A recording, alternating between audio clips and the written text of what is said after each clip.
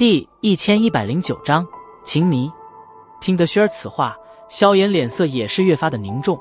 果然如同药老所说，这驼舍古地狱牵扯之事太大，斗帝这片天地至高者的称呼，任何与这个名讳沾上半点关系的东西，都将会因此而身价暴增。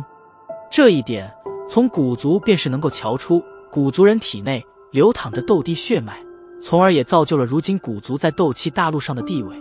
虽不敢说是独一无二，但却绝对能够算作顶尖之列。所以说，在没有绝对的实力之前，萧炎哥哥手中的驼舍古地狱绝不能暴露。说到此处，薛儿的脸色异常的凝重。